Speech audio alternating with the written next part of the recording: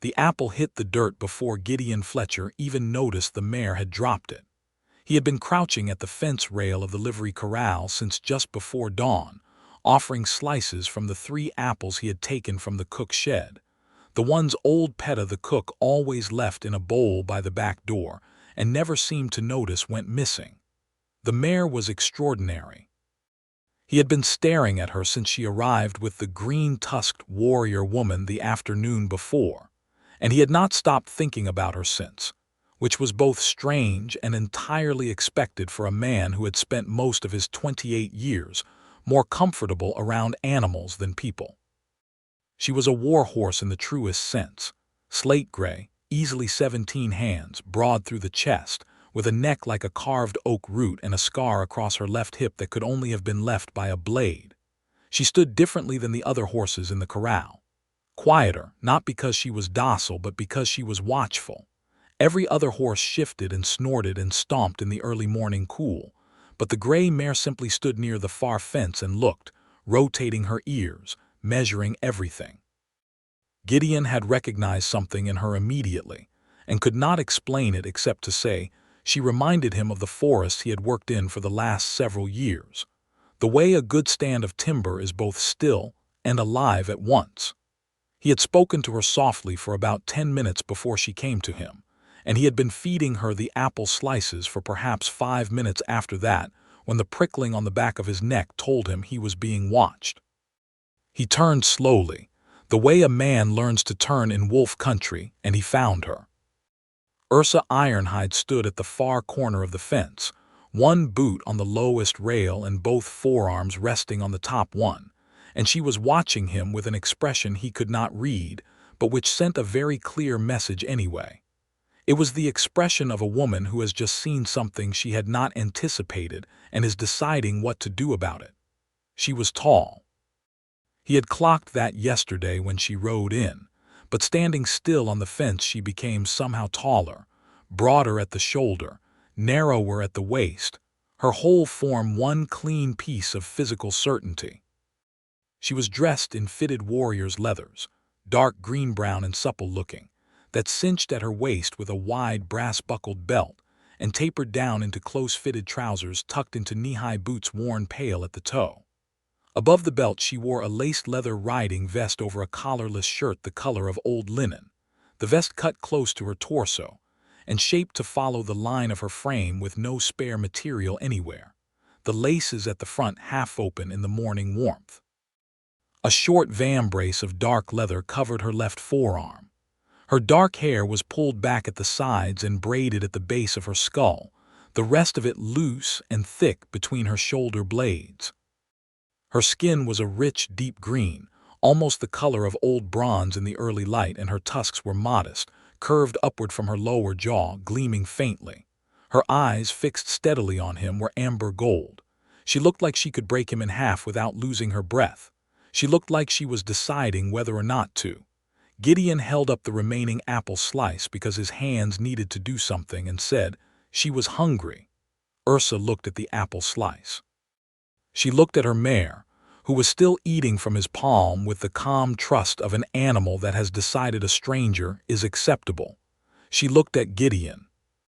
"That horse," she said, and her voice was low and dry and carried the faint accent of the Highland Orc clans, "has tried to bite 2 men since we arrived at this post. She bit a groomsman through his leather glove yesterday." "She was nervous yesterday," Gideon said. "She's not nervous now." A very long pause. "No," Ursa said, "she is not." She pushed off the fence rail with the unhurried ease of someone who is never in a hurry because everything moves out of her way, and she walked the length of the corral toward him with her boots crunching lightly on the dry ground. She stopped on the other side of the fence from him, close enough that he could see the faint silver scar at the corner of her jaw, and she studied him with those amber eyes the way you study something that does not fit the category you had placed it in. "You are the woodcutter," she said. "I was told there was a woodcutter wintering at the post." "Charcoal burner mostly," Gideon said. "Gideon Fletcher. Ursa Ironhide." He had heard the name. Everyone at Dusthorn Post had heard the name by now. Muttered over bowls of stew in the common hall, traded back and forth with the particular quality of voices that are pretending not to be afraid. Ursa Ironhide, war captain of the Stoneback Clan, who had ridden 300 miles down the old road from the Highland passes with a message that nobody at Dusthorn Post was going to enjoy receiving. He offered his hand across the fence rail. She looked at it a moment, then shook it briefly, her grip swallowing his and applying a controlled amount of pressure that said she was not bothering with all of it. "You should know," she said, releasing his hand, "that I watched you for several minutes before you noticed me." "I know," he said. "I felt it around 3 minutes in." She tilted her head a fraction. "But you kept feeding her. She was still hungry." Ursa looked at him for another long moment, the kind of moment that has weight to it, that settles on a person's chest. And then she looked back at her mare, who had finished the last apple slice and was nosing at Gideon's palm for more with the blatant optimism of a horse who has decided the arrangement is satisfactory. "Dangerous," Ursa said, more to herself than to him, and there was something in the word that was not quite a warning. Gideon was not entirely sure what she meant by it, but he also felt, with a certainty he could not justify by any sensible logic, that she did not mean dangerous to her. He thought about it all the way back to the woodpile, where he spent the next 3 hours splitting fuel for the post's communal hearth, and he could not shake the feeling that something had just begun. Dusthorn Post sat at the crossroads of the long dust road and the old northern track, which together made it a necessary stopping point for wagon caravans heading west toward the river settlements, and for any traffic coming down out of the Highland passes. It was not a town, exactly, more a cluster of necessity.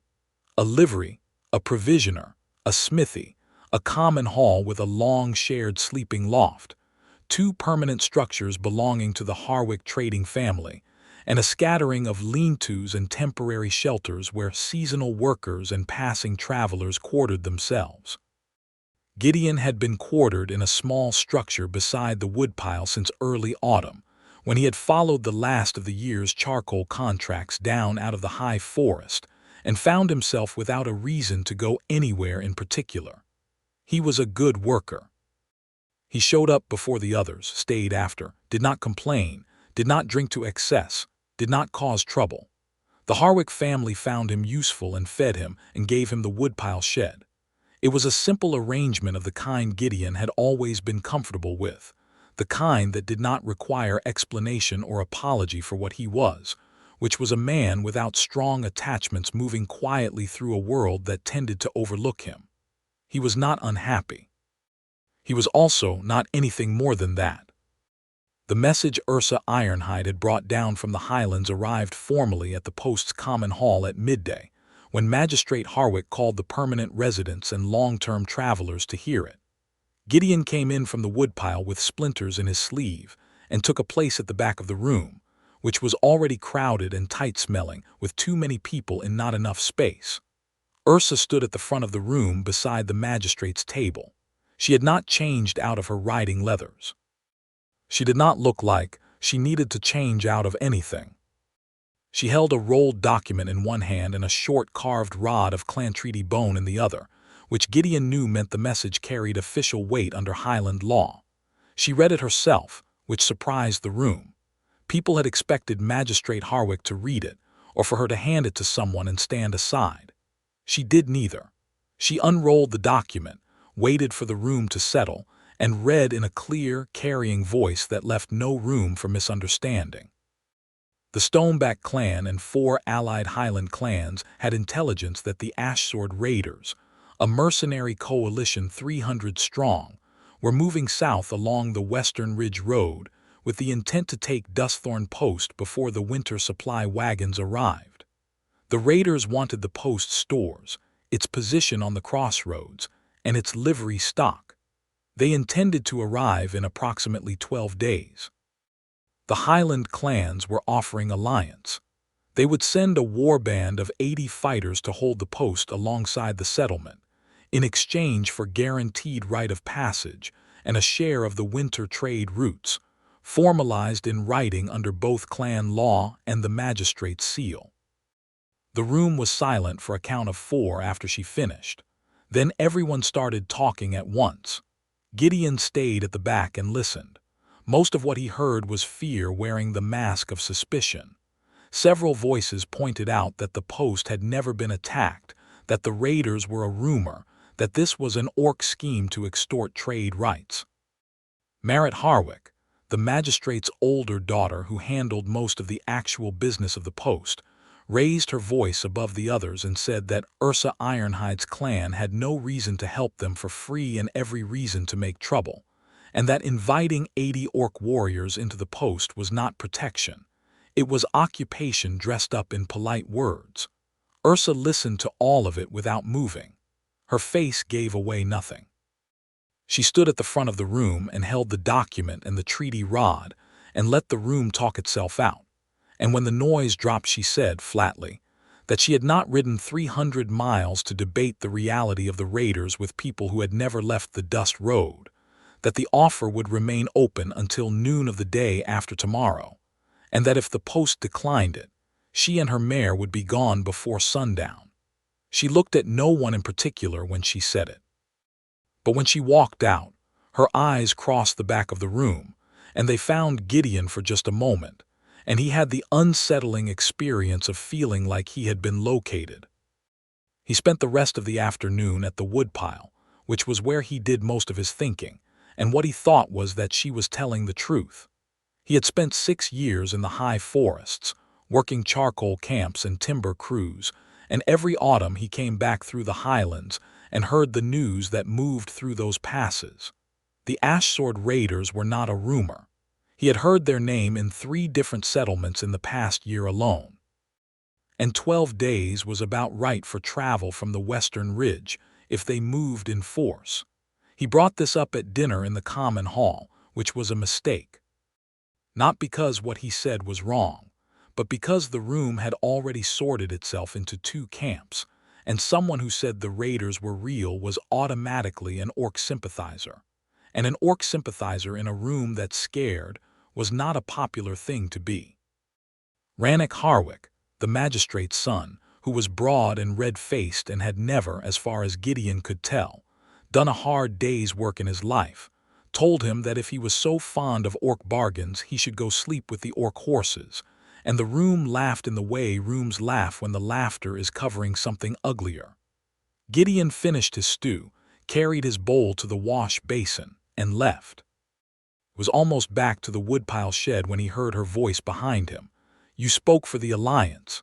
He turned. She was standing at the edge of the common hall's firelight, which was spilling out from the open shutter above the door, and she was holding a horn cup of something and looking at him. "I spoke for what I think is true," he said. "It is the same thing in that room." She gestured with the cup toward the common hall. "They do not separate the messenger from the message when the messenger has tusks." "They're afraid," he said, "afraid people make bad decisions." "I know this." She came toward him, unhurried, boots quiet on the packed earth. "I have been on the receiving end of afraid people making bad decisions for 26 years. I am, I think, somewhat expert on the subject." He almost smiled. She was watching his face when he almost smiled, and her expression shifted, barely perceptible, a softening of the line at the corner of her mouth. "You think this is funny," she said. "I think you're the most composed person in that building," he said.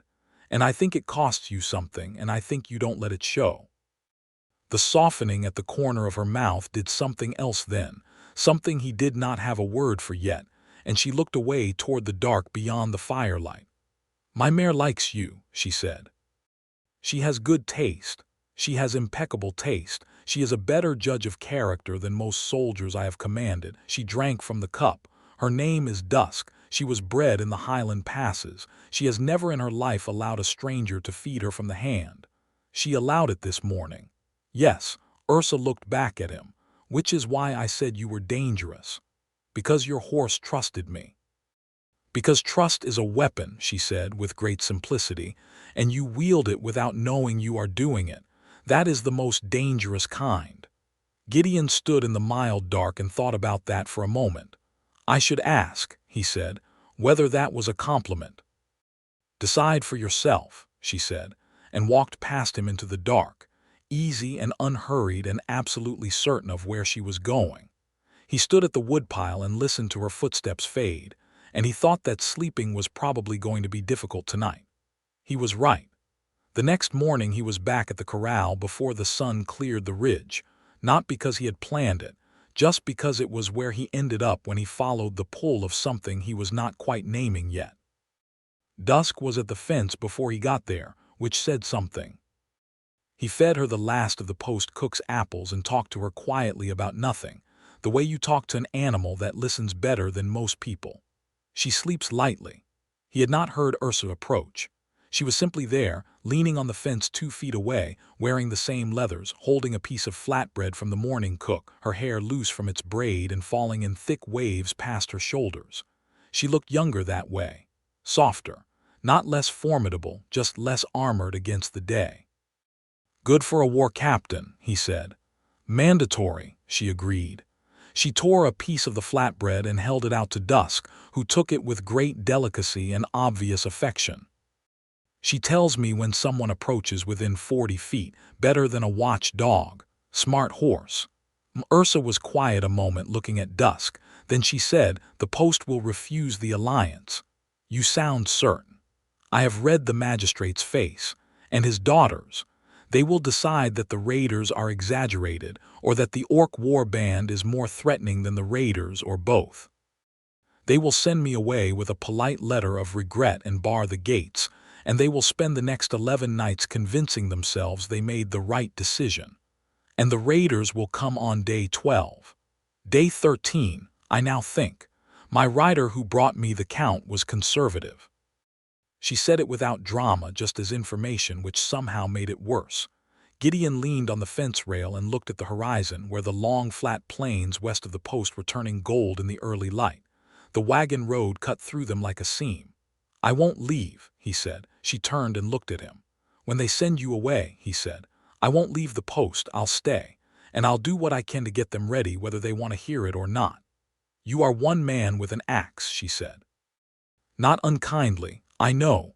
The raiders are 300. I know." She was studying him again, that measuring look, and this time it went on longer than the others had. "Why?" she said. "This is not your land. You have no family here, no property. The Harwicks do not value your counsel. You could leave today and be 40 miles down the road before midday." Gideon thought about how to answer that honestly.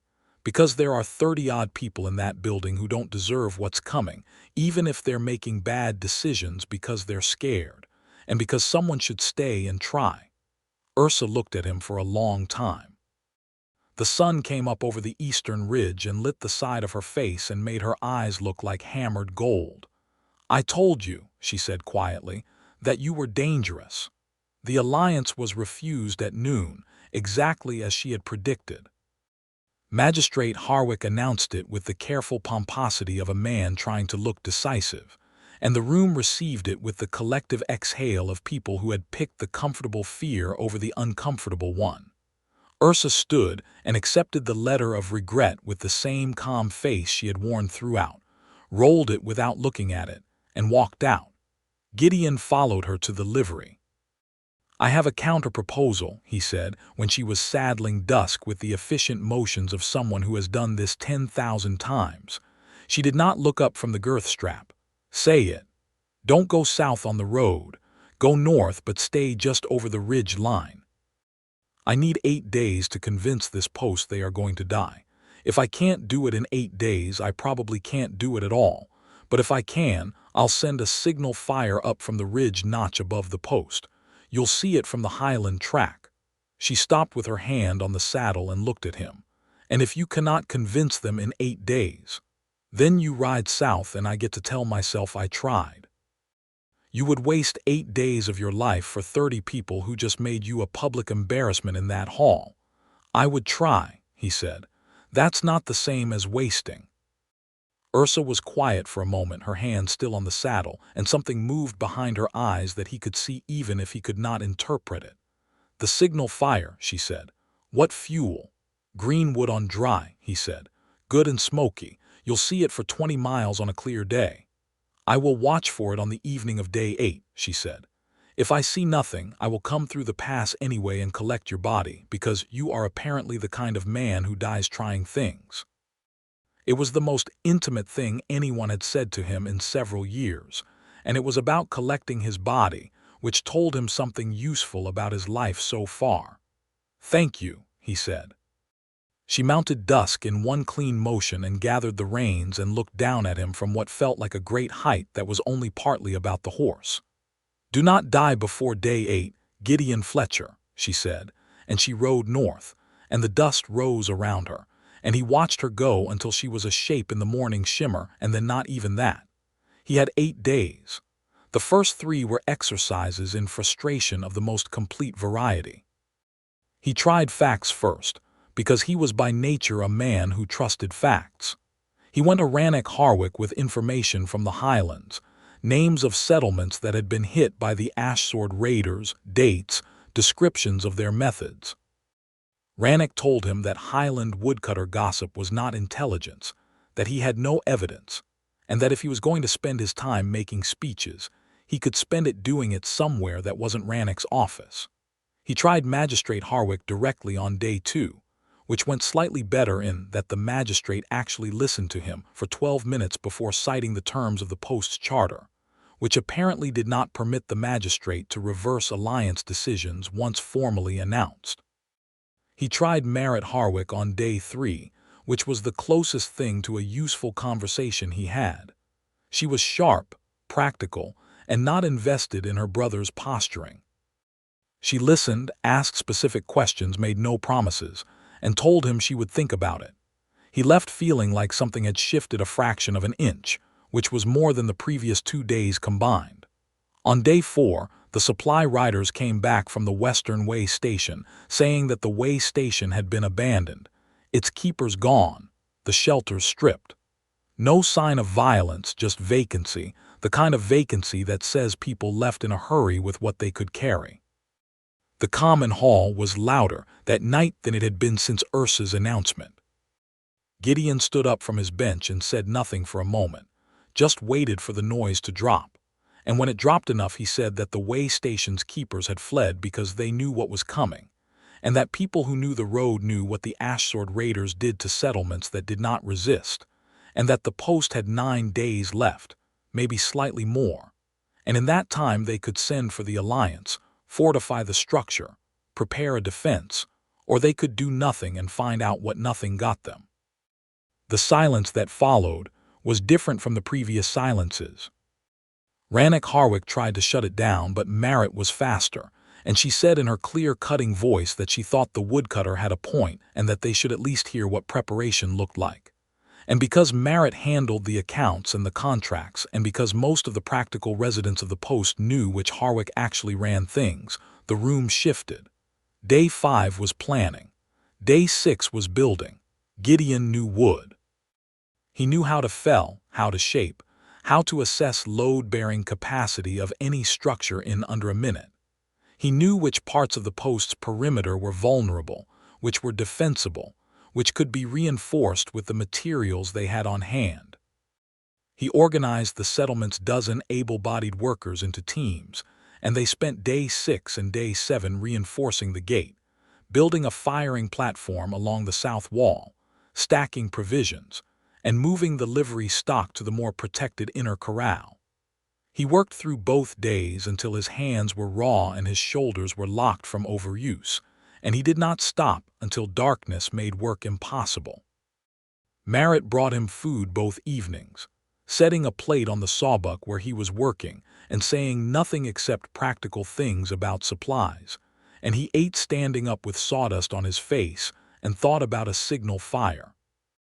On the evening of day 7, he climbed the ridge notch above the post, which took 2 hours in the dark and was not a pleasant experience, and he built a fire frame from the green wood he had carried up in a bundle on his back and the dry kindling he had packed beside it. He stood in the cold highland wind and looked north along the track and saw nothing, which he had expected. Tomorrow evening.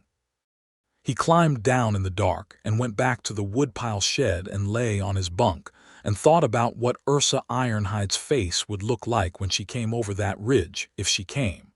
whether she would be angry that he had made her wait, whether she would think he had handled it correctly. He discovered, lying in his bunk in the dark, that it mattered to him what she thought, not in the diffuse way that most things matter, but in the specific, pointed way of a thing that has taken up real space. He lit the signal fire on the evening of day 8 at the turning of the light, when the sky was deep blue over the western plains, and the smoke would rise clear and dark against it. He fed it green wood and watched the smoke column climb, white and heavy, visible for miles in every direction, and he stood on the ridge notch above the post and breathed the cold air, and did not allow himself to watch the northern track, because watching for something you are not certain of is a particular kind of cruelty. He looked north anyway. He saw her on the crest of the highland track at approximately the same time she must have seen the fire, because even at that distance he could see Dusk's pace change to something faster. Behind her, strung out along the descending track like a river coming over the ridge, came the war band. 80 fighters. On horseback, on foot, carrying spears and broad-bladed axes and the short recurve bows that Highland orcs used, dressed in a mixture of war leathers and travel gear that was dusty from the road. They came over the ridge in the last of the evening light, and Gideon stood on the notch and watched them, and felt something settle in his chest that had been wound tight for 8 days. He came down the ridge at a run, arrived at the post gate, and told the gate watch to open it, which they refused to do, which he had anticipated, which was why Marit Harwick was already standing behind him. "Open the gate," she said, and the gate opened.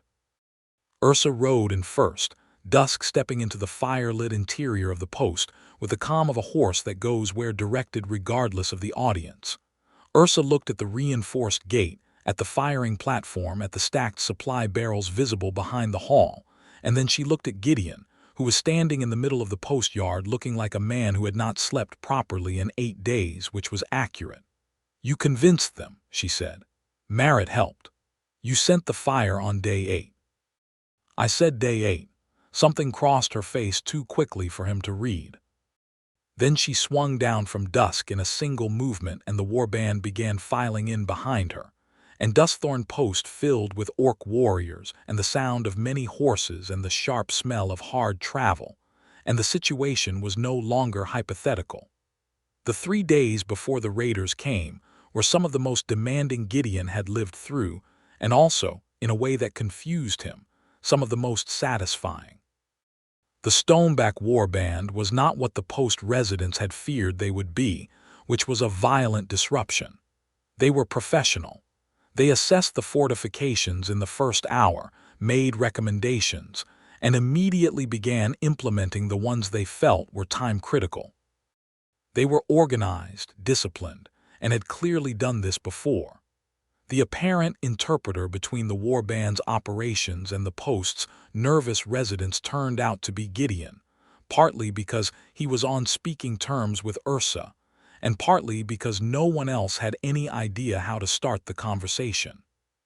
He and Ursa spent most of those 3 days moving through the post together, translating between the warband's military logic and the settlement's civilian anxiety, and in the in-between moments, in the brief pauses between one urgent task and the next, they talked, not about strategy, about other things. He told her about the high forest, about charcoal burning, about the way a good burn smells in the dark when you are tending it alone, and the sky above the smoke is full of stars. She listened with the focused attention she brought to everything, and he could see her filing it away, not just hearing it.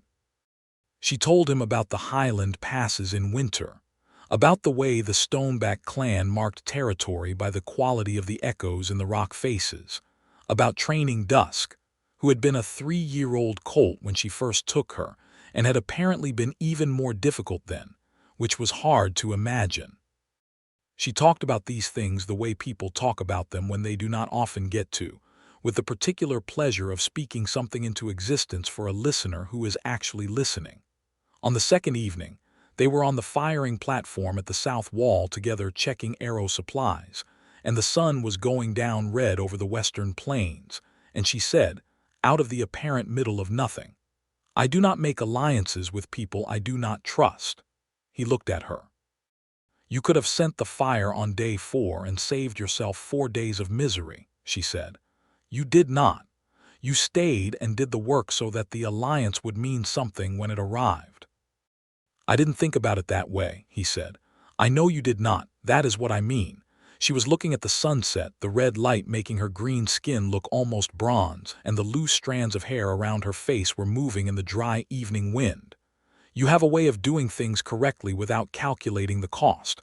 I find it very difficult not to watch you." Gideon said nothing for a moment because his mouth had decided to malfunction. "Ursa," he said, "is that are you saying you want to watch me?" She turned and looked at him with those gold eyes in the red light, and the corner of her mouth did the thing it had done the first morning at the fence. "I have been watching you since you were feeding apples to my horse," she said. "I thought that was clear."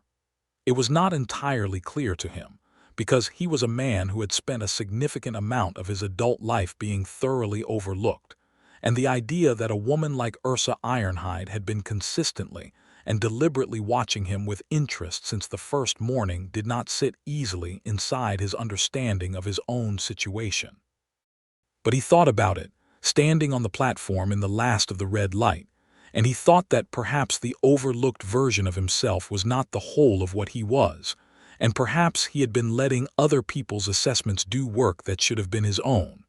He reached out and found her hand on the platform rail and covered it with his. She looked down at his hand on hers. Then she turned her hand over beneath his and took hold of it, and her grip was warm and very sure, and they stood on the south wall with the sunset burning out over the plains and said nothing else, because nothing else was needed. The raiders came on day 13, just as she had predicted. They came in the early morning, gray in the pre-dawn light, moving across the plains from the west along the wagon road. 300 men in rough battle order with banners Gideon did not recognize, and the particular noise of a large force that is not bothering to be quiet because it does not expect resistance. They were not expecting an 80-strong Highland warband. That was clear in the first minute of the engagement, when the advance scouting party came within 50 yards of the south wall and found it fully manned, and pulled up, and there was a long and clearly confused pause. Ursa stood on the firing platform with Gideon slightly behind and to her left, which was the position he had taken without being asked, and which she had not told him to change. The raiders sent a messenger forward, which was the custom when the ambush advantage was lost.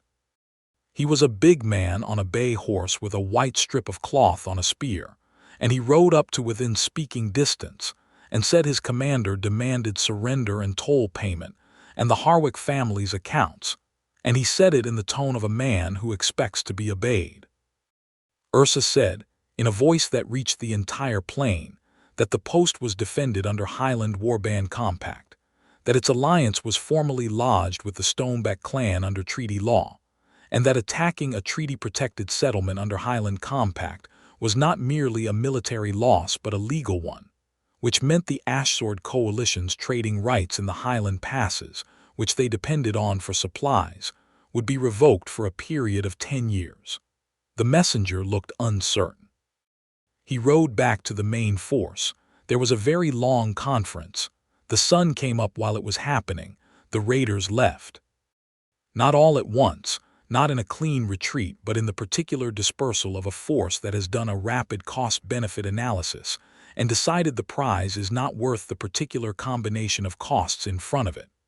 They pulled back along the road in sections, the rear rank turning first, then the middle, the advance guard last, and then there was a diminishing dust cloud on the western plains and the plain was empty. The common hall erupted. Gideon stepped back from the platform and sat down on the stairs because his legs had decided they had been tense for long enough, and he sat there with his elbows on his knees and breathed, and after a moment Ursa came down the stairs and stood in front of him. "You held," she said. "We held," he said. She looked at him for a moment with that particular quality of attention she had, the kind that was total and undivided, and then she did something he had not anticipated. She sat down on the stair beside him, so that their shoulders touched, and she said nothing. And for a while they sat like that in the warming morning while the noise of the post going mad with relief went on around them. Her shoulder was warm and solid against his. He leaned into it by about half an inch. She leaned back by about the same amount. It was not a small thing. What happened next was not what Gideon expected, and he had begun to understand that where Ursa Ironhide was concerned, he should revise his expectations generally. What happened next was a hearing. By midday, after the initial celebration had burned through its first fuel, the question of the treaty rights had come to a formal head. Magistrate Harwick announced that the alliance had been unauthorized, that the terms Ursa had announced from the wall regarding Highland Trading Compact were not something the post had agreed to, and that the matter needed to be adjudicated before any such claims could be considered binding. He called a public council in the common hall, which was the post's form of a magistrate's court, and summoned both Ursa and Gideon to appear. Gideon had not been summoned to a formal council before. He sat in the hall in his work clothes with sawdust still on his sleeve, and felt the specific discomfort of a room that has arranged itself into a formal adversarial proceeding and made him one of the adversaries. The council was ostensibly about the treaty terms, but it became clear within the first 10 minutes that it was actually about something else. It was about the fact that the post had been wrong, and that Gideon and Ursa had been right, and the post needed to find a way to process this that did not require the Harwick family to formally admit it. The preferred solution seemed to be to find some technical violation that would delegitimize the alliance, which would allow the council to sidestep the embarrassment of being saved by people they had tried to expel. Rannoch Harwick presented the case with great confidence and a great deal of legal vocabulary that he had clearly looked up that morning. His argument was that the alliance had been struck without post-authorization, that any treaty claims arising from an unauthorized alliance were invalid, and that therefore the post owed nothing and the war band should be paid off and sent home. Gideon watched Ursa through all of this. She sat across the council table from the Harwick family in her travel leathers with the treaty rod and the original document in front of her on the table, and her face was completely still. Only her hands told a different story, the way her right thumb moved slowly over the carved grip of the treaty rod, back and forth, a gesture he had come to recognize as her equivalent of deep thought. She let Rannoch finish. She let the silence settle. And then she did something that was not in any council procedural tradition Gideon knew. She put the original document on the table and said, "Before I answer the alliance question, I would like to enter into the record the date on which this document was signed." Magistrate Harwick confirmed the date, which was 2 days before the alliance was formally refused, and the date on which the post formally refused the alliance. He confirmed it. And the date on which the supply way station to the west was found abandoned. He confirmed it, looking slightly puzzled. "Thank you." Ursa opened the treaty document and turned it to face the council. The Highland Compact, under which treaty protection applies, does not require post-authorization. It requires the signature of a recognized clan war captain and a witness. It requires the formal offer of terms to the party to be protected. And it requires that the party to be protected was given fair notice of the threat and the opportunity to accept or decline protection. She pointed at the document, at the signatures, at the formal offer of terms recorded in Magistrate Harwick's own handwriting from the day she had read them aloud. All 3 conditions were met on the day the offer was made. The post declined. The protection was then undertaken as an act of Highland Compact rather than formal alliance, which under Highland law requires no further authorization, because the Highland Compact exists precisely for situations where civilian authorities are unable or unwilling to protect themselves under treaty. The room was very quiet. "What this means," she said, "is that the trading rights I announced from the south wall are not contingent on the post's agreement, because they are already in effect under Highland law. The Stoneback Clan has a legal right of passage and a formal share of the winter trade route, not because the post agreed to it, but because Highland law grants it to a warband that defends a settlement under compact. The post can contest this under Highland Treaty law, which means sending a formal complaint to the Highland Treaty Council, which takes 6 months and costs more in legal representation than the trade route share is worth. She rested her hands on the table and looked at the Harwick family. Or, she said, the post can sign the trade agreement I have prepared, which includes terms fair to all parties, and the Stoneback Clan will continue to provide passage security along the northern track, which as of this morning the post very clearly needs. The room was absolutely silent for what felt like a full minute. Then Merritt Harwick said, "I would like to see the terms." Rannoch started to say something and Merritt said, "Rannoch, sit down," in the voice of a woman who has been enduring her brother's interference for decades. He sat down. The terms were fair. Gideon read them over Merritt's shoulder, and they were entirely fair, more generous to the post than he would have expected. And he understood that Ursa had written them that way deliberately, because she wanted a durable agreement and not a resentful one. The document was signed by Merritt, acting as commercial representative of the Harwick Post, and by Ursa Ironhide of the Stoneback Clan, with Gideon Fletcher as formal witness, which meant he signed his name at the bottom of a Highland Treaty document in a common hall in his work clothes, which was not something he had expected when he woke up that morning. After the council dispersed, he found her outside in the post yard in the afternoon sun, and he said, "You had that prepared." "I had it prepared before I arrived at the post the first time," she said. "I was hoping to sign it consensually. The compact version was the contingency. You never said. You did not need the full legal picture to do what you needed to do," she said.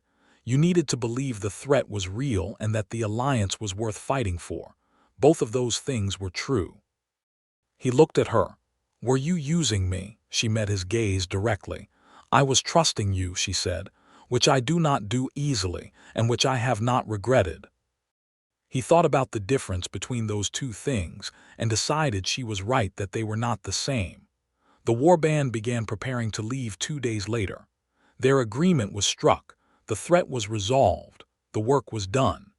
Gideon watched the preparation from the woodpile and felt something in his chest that he recognized, somewhat to his discomfort, as the specific misery of an impending loss. He had been thinking about what came next with a logic that he kept catching himself at, and dismantling and rebuilding in slightly different configurations. He had no reason to follow the warband. He had no position there, no invitation, no useful role in a Highland Orc warband that had more fighters than it needed and did not require a charcoal burner. He had contracts in the low forest that he had been meaning to pick up in the spring. He had the woodpile shed and a vague plan, and the usual quiet movement through a world that did not particularly require him to be anywhere specific. On the morning the warband was to leave, he was at the corral with Dusk because that was where he was always in the early morning now, and Ursa came out as she always did, and they fed Dusk the morning ration together in the growing light, and it was entirely domestic and entirely unbearable. "You could come north," she said. He looked at her. "I am not asking you to join the clan," she said carefully. "I understand that is not. I know that is a very specific thing. But the Highland passes have forests. The Stoneback Clan buys charcoal from settlements 2 days' ride away when there are timber stands on the Highland Ridge that no one manages. I have wanted to suggest this for several days, but I was finding reasons not to." "Why?" he said. She looked at him with a completely honest expression. "Because if I asked and you declined, I would have my answer about what this is, and I did not want my answer yet. I find I prefer the state of not knowing to the certainty of no." Gideon stood in the early morning light with his heart doing something complicated and said, "Ursa, yes. I have been trying to think of reasons to stay and I cannot find any." She was very still.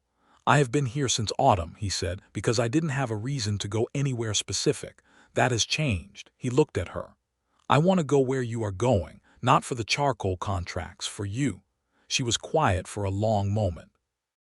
Dusk pushed her nose between them, and Ursa put a hand on the mare's neck without looking away from Gideon. This is not a small thing, she said. Following a war band north into highland country is not a comfortable prospect. The passes are cold. My clan is not without its opinions about this sort of thing. I know.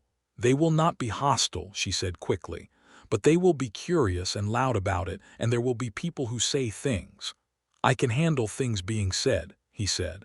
I've had things said about me in that hall for 2 weeks and I'm still standing. The corner of her mouth did the thing. Then it became something more than that, an actual smile, real and warm and slightly startled looking, as if she did not deploy it often and it surprised her when she did. You are very certain, she said. I've been certain since the morning at the corral fence, he said. I just needed to stop talking myself out of it. She stepped toward him, one step which closed most of the space between them, and she raised one hand and set it against the side of his face, her thumb just below his cheekbone, her warm palm against his jaw, and she looked at him from a height of a few inches above him as the morning light grew. Gideon Fletcher, she said. Ursa. I am going to kiss you now, she said. I am telling you first because I find that the direct approach prevents confusion. I appreciate the clarity, he said, his voice doing something it had not done in his adult life, going slightly uncertain in a way that had nothing to do with fear. She kissed him. It was not a tentative kiss. It was not a question.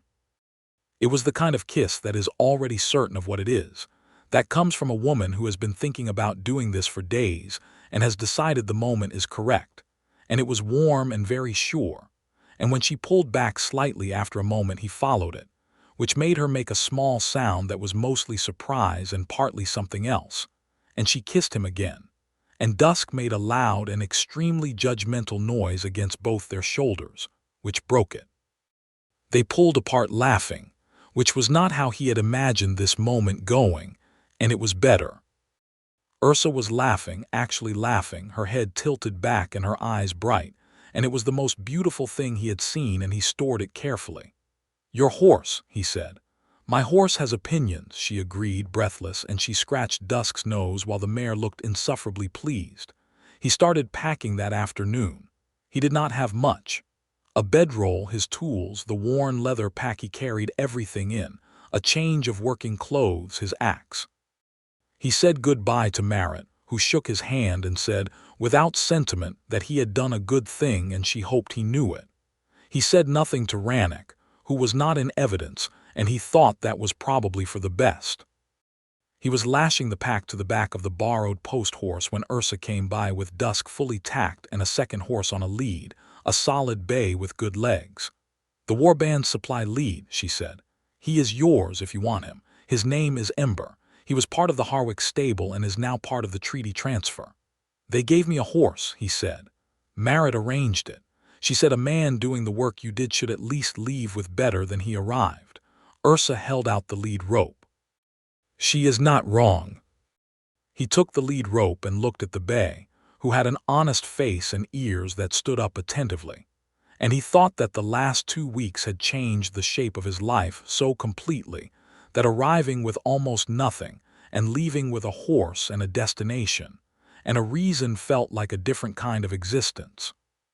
The war band rode out at mid-morning, 80 fighters stringing north along the old Highland track with the sound and dust of organized movement, and Gideon rode beside Ursa at the head of it on Ember, who was slightly confused about his new situation, but adapting with reasonable grace. The post fell away behind them. The Highland track rose ahead, cutting north through the dry scrub and then into the foothills, and the sky above the ridge was the particular clear blue of late autumn, cold and high and limitless. He had not been this far north before. The landscape was changing already, the flat plains giving way to rolling ground, rocks showing through the thin soil, the scrub turning to short evergreens the higher they climbed. Tell me about the highland forests, he said. She told him. She talked about them with the same quiet pleasure she had shown when he talked about the high forests in the south.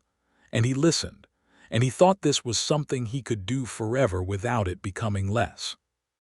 The first night's camp was made in a sheltered valley below the pass, the warband efficient and practiced, fires going and shelters up before the stars were fully out.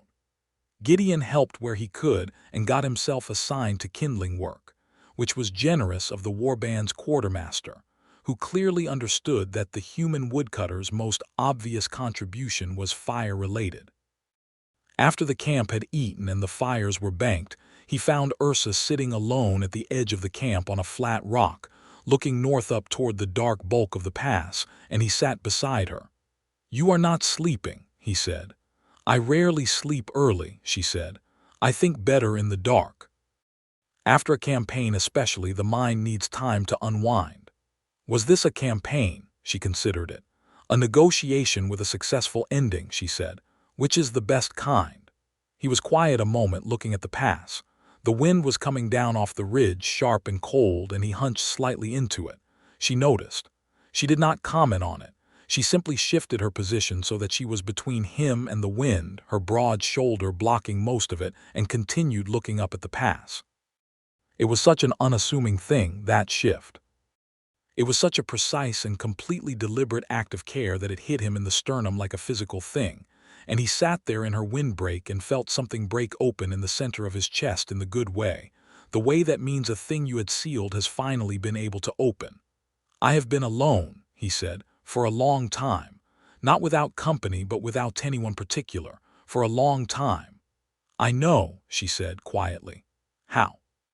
"Because I have been watching you since the first morning," she said, "and people who have been alone for a long time have a particular quality. Not of sadness, exactly. More like someone who has stopped expecting the room to notice them." "You do not expect to be noticed."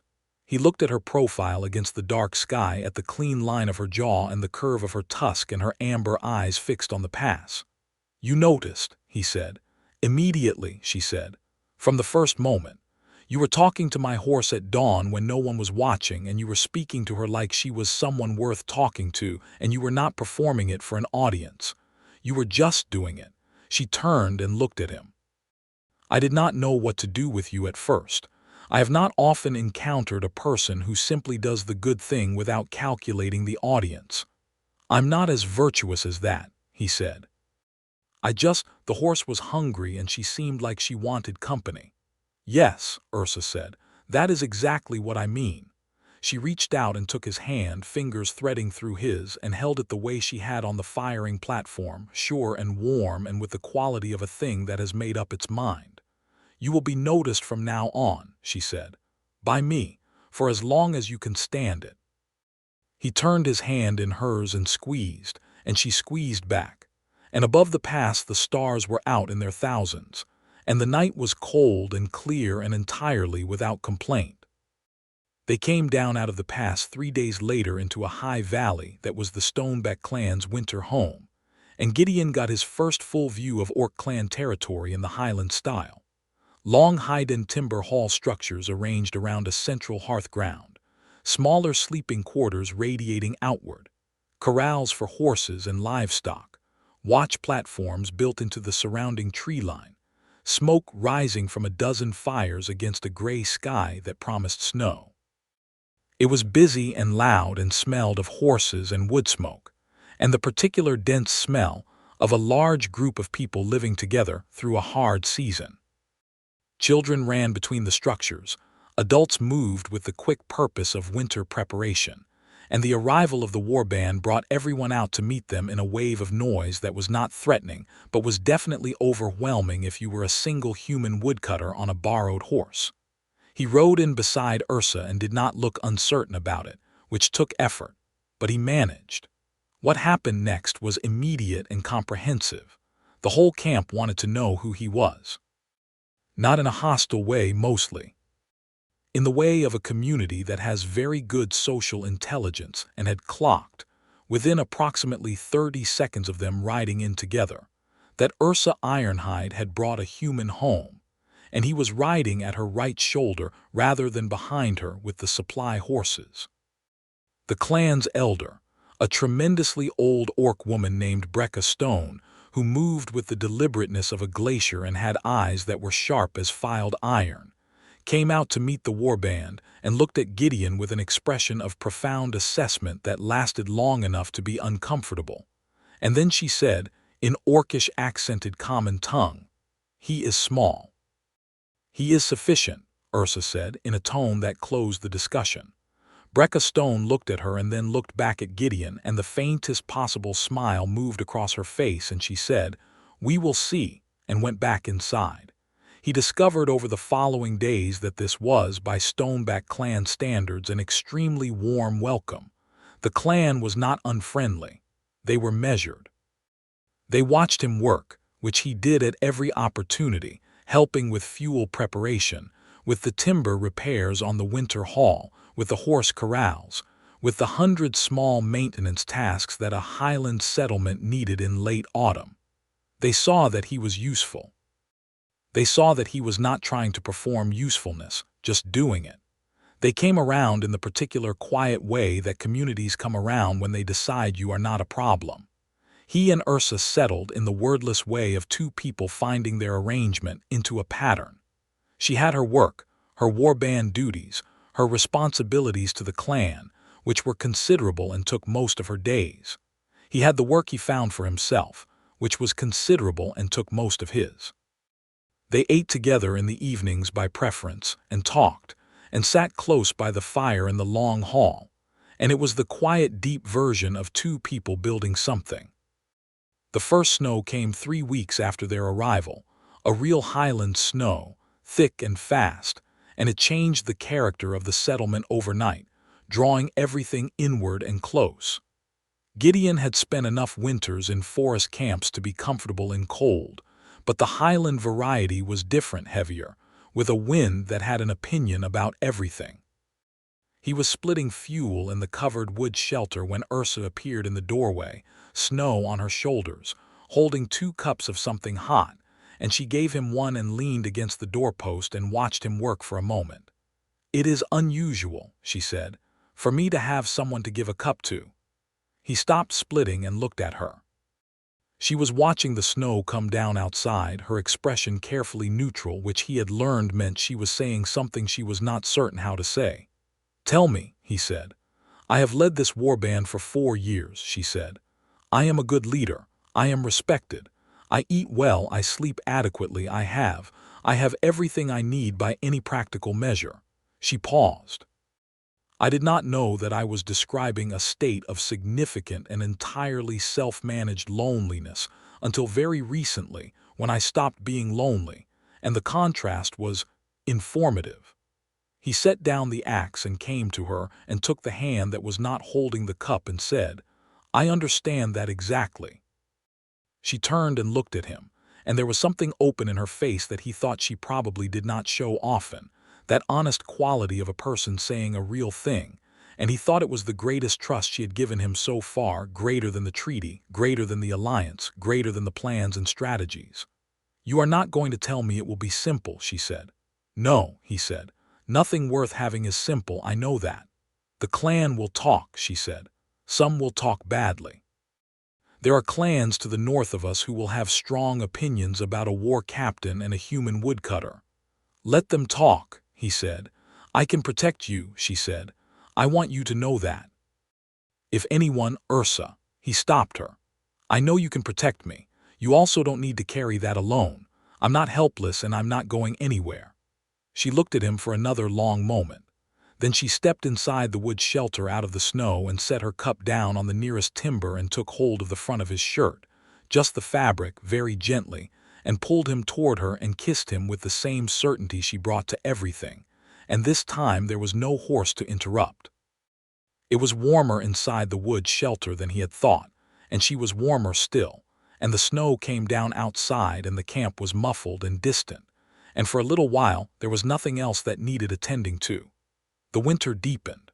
The days got short and the cold got serious, and the highland settlement drew inward around its fires with the density of a community that has survived many winters and knows how it is done. Gideon became part of the furniture. That was the only way he could describe it. Not invisible, not overlooked, but present and accepted, part of the pattern. The human woodcutter who turned out to be genuinely useful with an axe and who ate in the long hall and who sat with Ursa Ironhide in the evenings without anyone pretending to be surprised about it anymore. He learned some Orcish. Not well, not yet, but enough to follow a conversation at dinner and enough to make the elder Brecca Stone say, one evening, that he learned faster than most people expected, and that this was a good sign. A good sign of what? He asked. That you intend to stay, she said. People who do not intend to stay do not learn the language. He thought about that for a while and decided she was right. Ursa was different in the clan than she was in the field. Not softer exactly, but less armored. She laughed more, complained more about small things with the specific comfort of someone in their own home, argued with the warband's lieutenants at the dinner table with the animated irritation of people who have known each other long enough to stop being polite about disagreements. She was the war captain in the field, full stop, decisive and absolute. Here she was Ursa, which was related to the war captain but not the same thing. He loved both versions. He thought he loved the second version slightly more, not because it was less formidable, but because it was less defended, and he understood that being trusted with the less defended version was a thing of value. The deep midwinter brought a particular Highland tradition that no one had told him about in advance, which was how he found himself sitting in the long hall one dark evening watching the war band perform what he gradually understood was a victory ceremony for the Dusthorn defense. There was mead and elaborate storytelling, and a series of increasingly exaggerated retellings of the events, and then Ursa was called to the center of the hall, which she went to with the patient expression of a person who has endured this before. The story of the Dusthorn defense was told in full by the warband's elder fighter, a scarred orc woman named Velt who had a gift for narrative and was not wasting it. She told it with all the appropriate drama, the long ride down, the post's refusal, the waiting, the fire on the ridge, the raiders on the plain, the defense, the council reversal, the signing of the compact. And when she got to the fire on the ridge notch, she said the name Gideon Fletcher, and every face in the hall turned toward him. He was not expecting that. Ursa, at the center of the hall, was looking at him with an expression that was trying not to be a smile and failing. Velt said, in common tongue for his benefit, and because she was an excellent storyteller who knew how to work an audience, that the fire on the ridge was where the Alliance lived or died, and that it had been kept by a human woodcutter who had no reason to stay and no reward offered and no protection promised, and that this was the kind of bravery that was easy to underestimate because it did not wear armor. Hall made a sound. It was a good sound, warm and full. Ursa was looking at him with those gold eyes in the firelight, and she was not trying not to smile anymore. He was, he realized, not feeling overlooked. There was a private ceremony later that night, after the hall had thinned out and the fire had dropped to a warm, steady orange, and he did not know it was coming until Ursa sat across from him at the long table and said, quietly, "I would like to give you a mark." He was quiet, listening. "It is a clan custom," she said, "a claiming mark. It is not binding in the legal sense. It is personal. It says that this person is mine and I am theirs, and that is a different kind of contract than law." She paused. "I am telling you exactly what it means before I ask, because I will not do this by surprise." He thought about everything that had happened since the morning at the corral fence, about the apple slice in his hand and the gold eyes watching from the fence, and the decision she had made then that he had only understood later. "Where?" he said. She touched the curve of his shoulder just where the neck meets it, a brief, deliberate touch.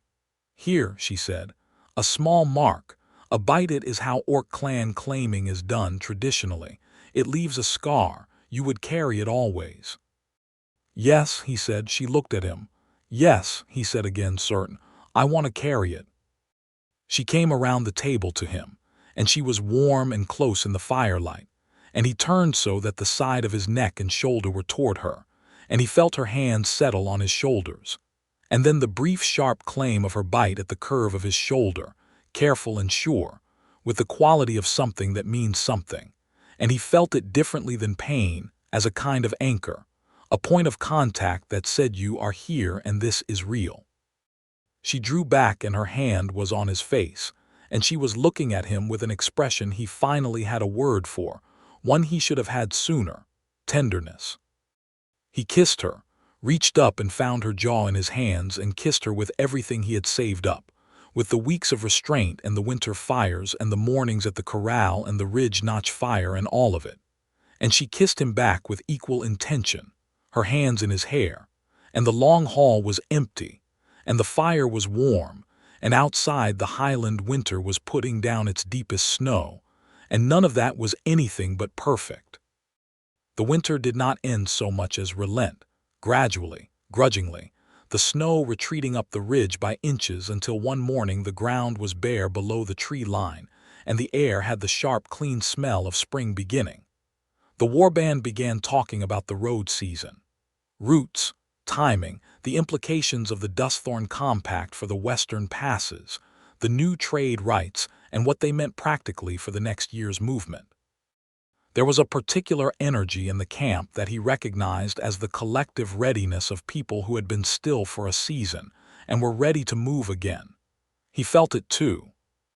He was at the corral with dusk in the early morning, which remained his habit, when Ursa came out and stood beside him and they fed the mare together in the growing spring light. "The first road season begins in 3 weeks," she said. "I know. I will be leading a trade escort west," she said, "down to Dusthorn along the road to the river settlements back by the high route before the autumn passes close." She paused. "There is significant charcoal demand in the river settlements. The contracts are good. An Ember is a good road horse." He looked at her. "I am asking you to come," she said directly, "not as part of the war band, as my—" She paused. "As mine," she said, "beside me." "As yours," he said. "Yes." He thought about the year ahead, about the long dust road stretching west into the spring, about Dusthorn Post and Merritt Harwick and the place where the whole thing had started, where he had crouched at a corral fence at dawn with 3 stolen apples and talked to a gray mare while a war captain watched from the fence and decided he was dangerous. He thought about the mark on his shoulder, which had healed clean and which he was aware of in the way you are aware of something that means something, not as pain but as presence. He thought about every road he had traveled in the past 6 years going nowhere in particular, and about what it would feel like to travel this one going somewhere definite, going toward something, going with someone who had chosen him deliberately and specifically and with full information and was choosing him still. "Yes," he said. She took his hand at the fence rail, fingers through his, and squeezed once. He squeezed back. Dusk pushed her nose into the space between their faces with the absolute certainty of a horse who is owed a part of every tender moment, and they both fed her from their hands at the same time, laughing, and the spring morning opened up around them broad and clear. 3 weeks later they rode out together at the head of the trade escort, west on the Highland track, and then down through the foothills to the long dust road, which unrolled toward the horizon in the early morning light. Gideon was on Ember, who had settled into being his horse with the finality of an animal who has found his arrangement and considers the matter closed. Ursa rode Dusk at his left, upright and easy in the saddle, her hair loose in the warm spring wind, her amber eyes on the road ahead. The post riders in the escort were talking behind them, relaxed, and the wagons were loaded, and the road was long and open and completely unmarked by any plan beyond the one they were making together. She looked over at him at some point past the 1st-mile marker, and he looked back, and no words were needed because everything had already been said, most of it without language, in kitchens and on ridge notches and at corral fences in the early morning dark. He thought about how he had arrived at Dusthorn Post in autumn with nothing in particular to show for himself, and a general sense that the world was too large, and he was too quiet a fixture in it to take up much of its attention. He thought about the morning at the fence, the apple slice, the gray mare's warm breath on his palm, the feeling of being watched from behind, the prickling certainty of it, and turning to find those amber eyes on him from the far corner of the fence. He thought about her word for him that first morning. Dangerous. He understood it now, what she had meant by it. Not dangerous in the way of a weapon. Dangerous in the way of a thing that cannot be unfelt. Dangerous in the way of a person who gets past your defenses without announcing their intention, simply by being themselves in front of you with full sincerity, and finding that your horse already trusts them, and that the part of you that makes decisions about trust has followed the horse's lead before the rest of you has caught up. He reached across the space between them, not far, just far enough, and she met him halfway, and they rode the long dust road west into the spring morning with their hands loosely linked in the space between their horses, and the road was wide and the sky was high and the next horizon was exactly where it ought to be. Ahead of them, shared, unreached, and full of everything that was still becoming.